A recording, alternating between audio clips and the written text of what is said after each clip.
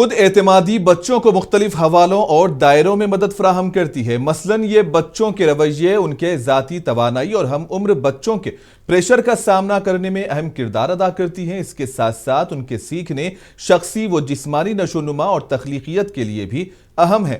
ایسی ہی ایک ویڈیو اس وقت سوشل میڈیا پر وائرل ہوئی ہے، جس میں ایک بچے کے کانفیڈنس لیول کو واضح طور پر دیکھا گیا۔